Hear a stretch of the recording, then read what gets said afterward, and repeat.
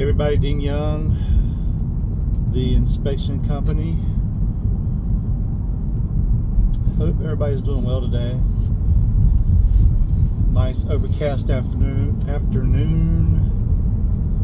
On the way home to tab out my last inspection reports.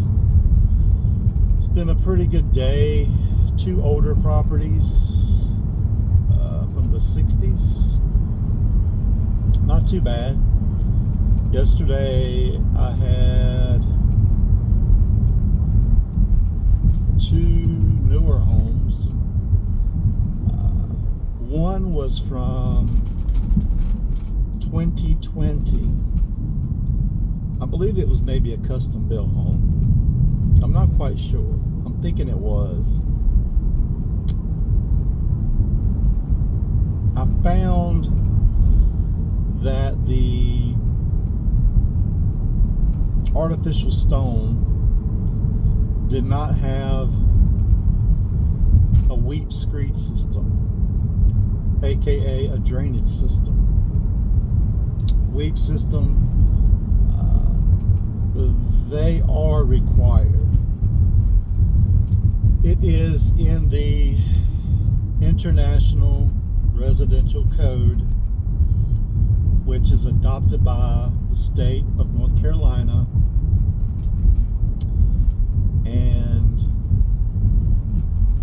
I noticed, because we had some rain the other day, and I noticed there was moisture getting into, like, there was a high wall in the back that had artificial stone. And when I got in the crawl space, I noticed moisture intrusion coming through.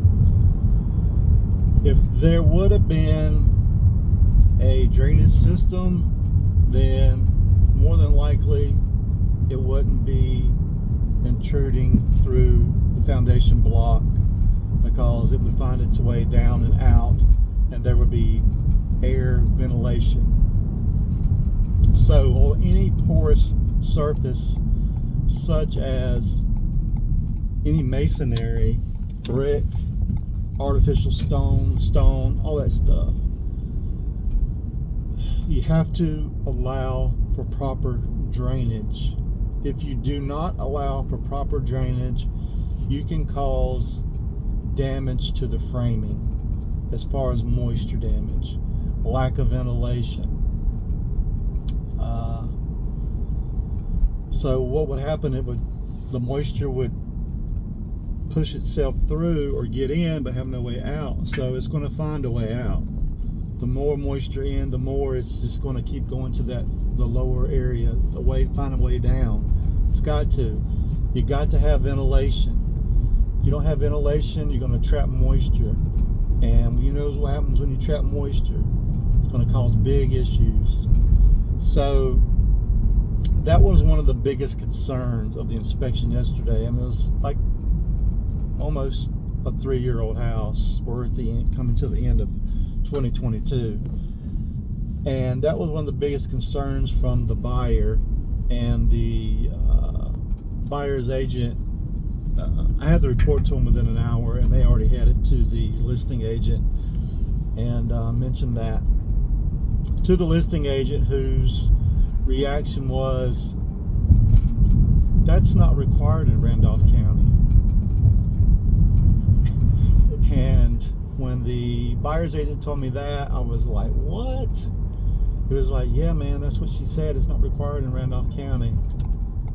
He was like, can you give me something that I could share with her? And I was like, sure, man. So I told him, once I get home, I'll pull out my North Carolina International Residential Code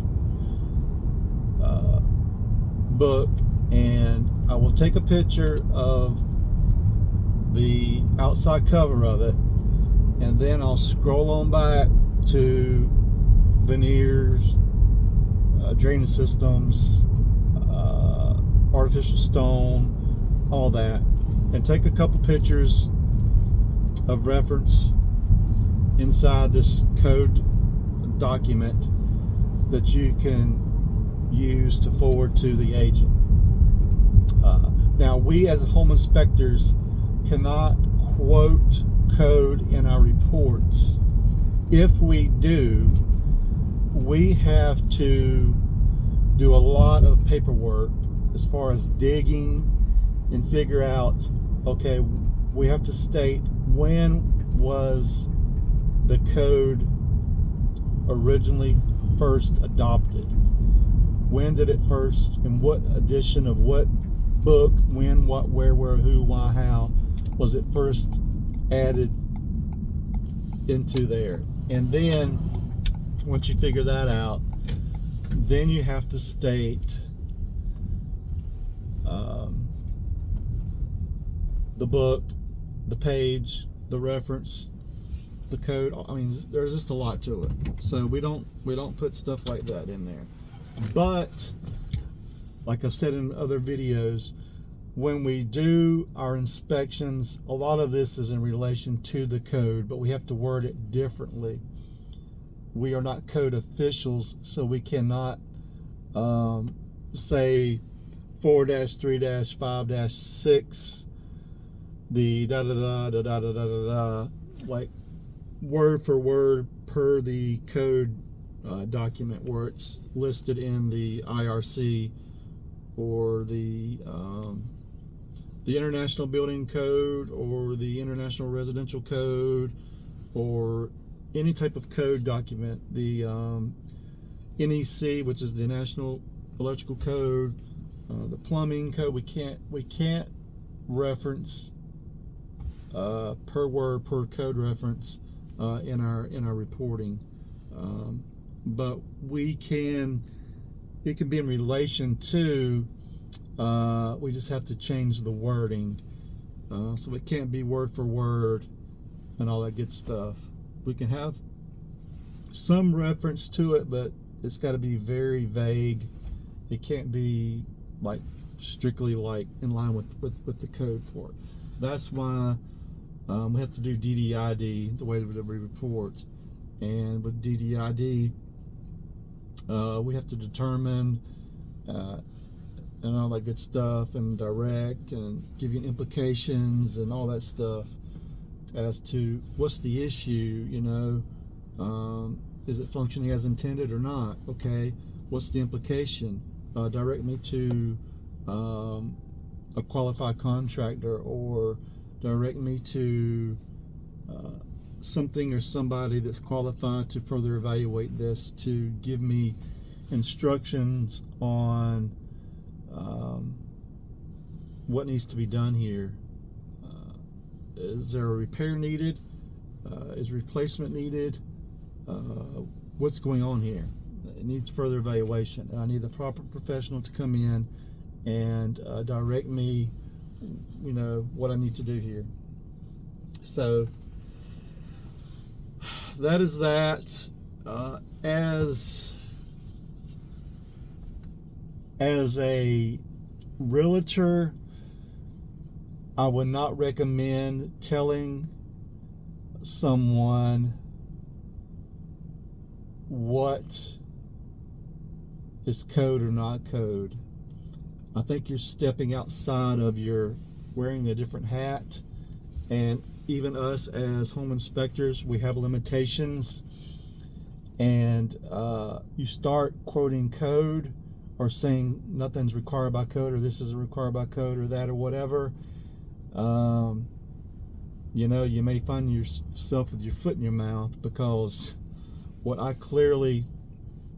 took pictures of and sent to the buyer's agent was code, which has been adopted by the state of North Carolina, and most manufacturers are going to require a drainage and weep screed system anyway.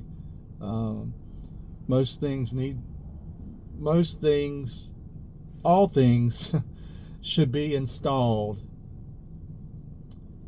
per the manufacturer's instructions, no matter what it is. Reference the manufacturer's installation instructions and reference the code, and that's going to put you where you need to be. Now, Trades can fight about code all day, every day. It's an ongoing thing. Electrical contractors are going to be fighting back and forth with the code, how to read the code, because there's people decipher it a little different, and their heads get big, and people just want to fight each other over something silly. So same thing with plumbing and all that. Tradesmen are the worst for fighting about code all day, every day. It's just part of the industry. So when you're a layman and you're not a licensed plumber or electrician or whatever, then you try to quote code or say something isn't this or that or whatever, you're going to be putting your foot in your mouth, because these tradesmen are going to attack you brutally. So anyway, I'm going to get in here and finish this report and try to warm up. We're having hot dogs tonight and potato chips.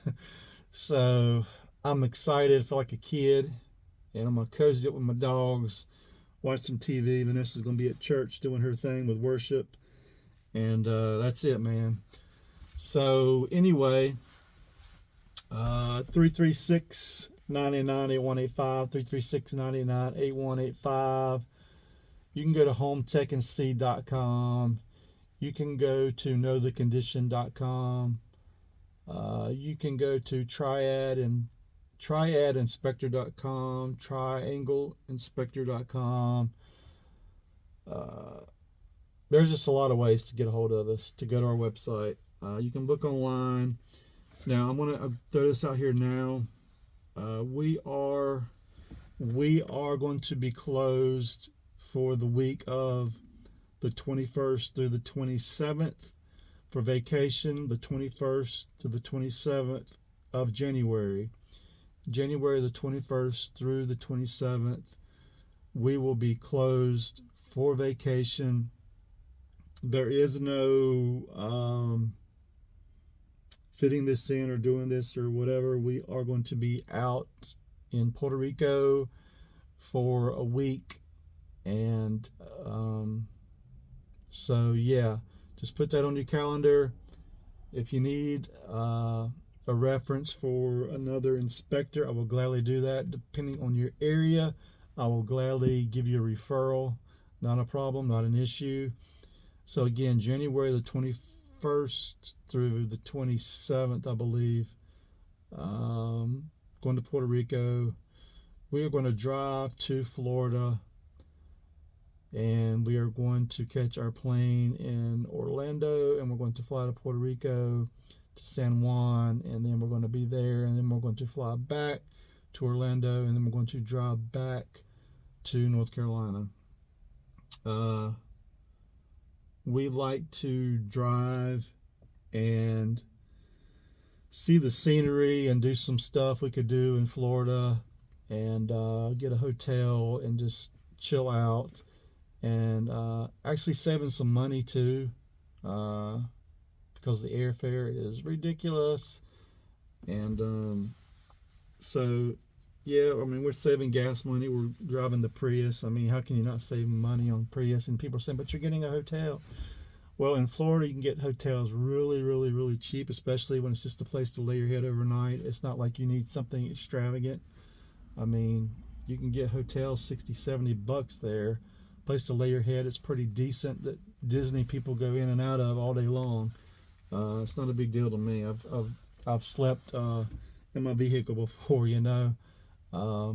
So anyway, we're not going to get into that, but anyway, guys, again, 336-99-8185, hometechandc.com.